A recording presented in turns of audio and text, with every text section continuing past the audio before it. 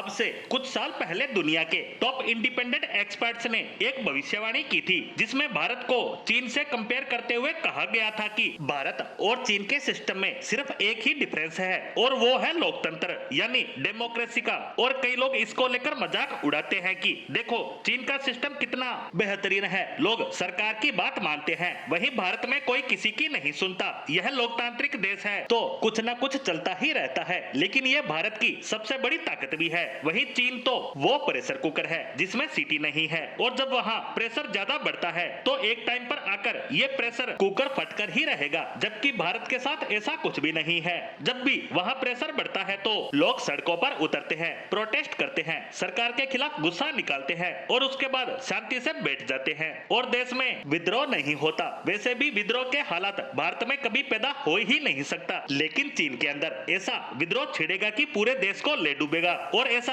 होता दिख भी रहा है। दरअसल कुछ रिपोर्ट्स आई है कि चीन के राष्ट्रपति शी जिनपिंग के खिलाफ उनकी ही पार्टी में विद्रोह होना शुरू हो चुका है। बात इतनी ज्यादा आगे बढ़ चुकी है कि कम्युनिस्ट पार्टी की जो सेंट्रल लीडरशिप है यानी शी जिनपिंग के नजदीकी लोगों ने तमाम मेंबर्स के लिए एक सर्कुलर जारी किया है, जिसमें कम्युनिस्ट पार्टी के मेंबर्स के लिए रूल को सख्त कर दिया गया है कि वो लोगों के बीच कैसे और क्या बात करेंगे। हर एक चीज सेंट्रल कमांड से पूछकर ही उन्हें करनी होगी, और अगर ऐसा नहीं होगा तो सख्त से सख्त कार्रवाई की जाएगी। यानी अभी तक देश की जनता पर कड़ा रुख अपनाने वाले शी जिनपिंग अपनी ही पार्टी के लोगों के खिलाफ भी सख्त कदम उठा रहे हैं। और अब से कुछ समय पहले ब्लूमबर्ग की रिपोर्ट भी आई थी कि पिछले 2 साल में चीन के अंदर 6500 से ज्यादा प्रोटेस्ट हो चुके हैं, जिन्हें सरकार ने दबाया है, जिनकी खबरें बाहर नहीं आई। यानी दिख रहा है कि लोगों में गुस्सा है वहाँ की सरकार और उसके रवैये के खिलाफ, क्योंकि लोगों की नौकरियां जा रही है, रोजी रोटी जा रही है, साथ ही उनका जमाधन बैंकों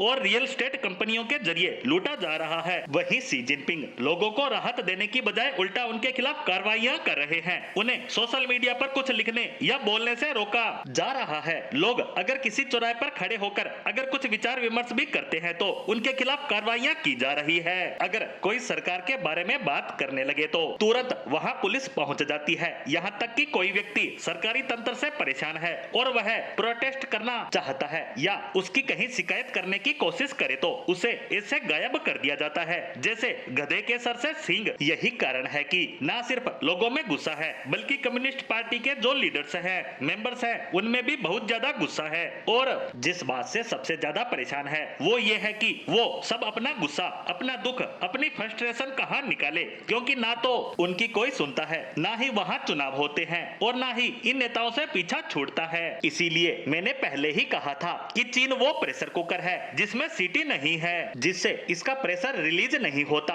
और जब भी हो यह फटके ही रहेगा और पूरे देश को ले डूबेगा।